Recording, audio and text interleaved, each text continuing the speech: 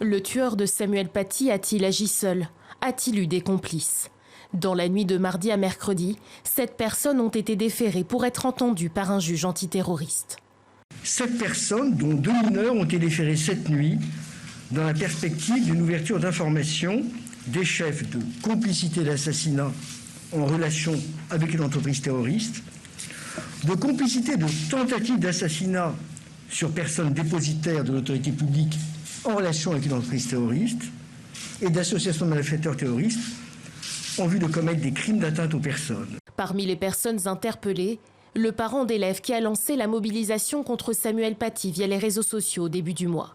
Ce voyou ne doit plus rester dans l'éducation nationale, ne doit plus... Selon le procureur, ces vidéos et messages sur plusieurs jours ont inspiré le tueur.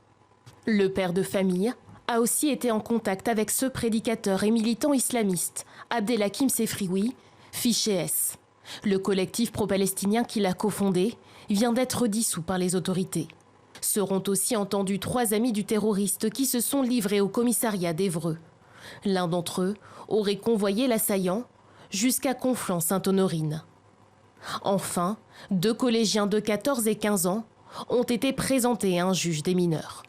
Il a en effet reproché de s'être maintenu en présence directe et prolongée d'Abdullah Anzorov l'après-midi du 16 octobre, après que ce dernier leur a fait savoir qu'il souhaitait entrer en contact avec M. Samuel Paty et d'avoir permis l'identification de ce dernier en le désignant, et ce, contre rémunération.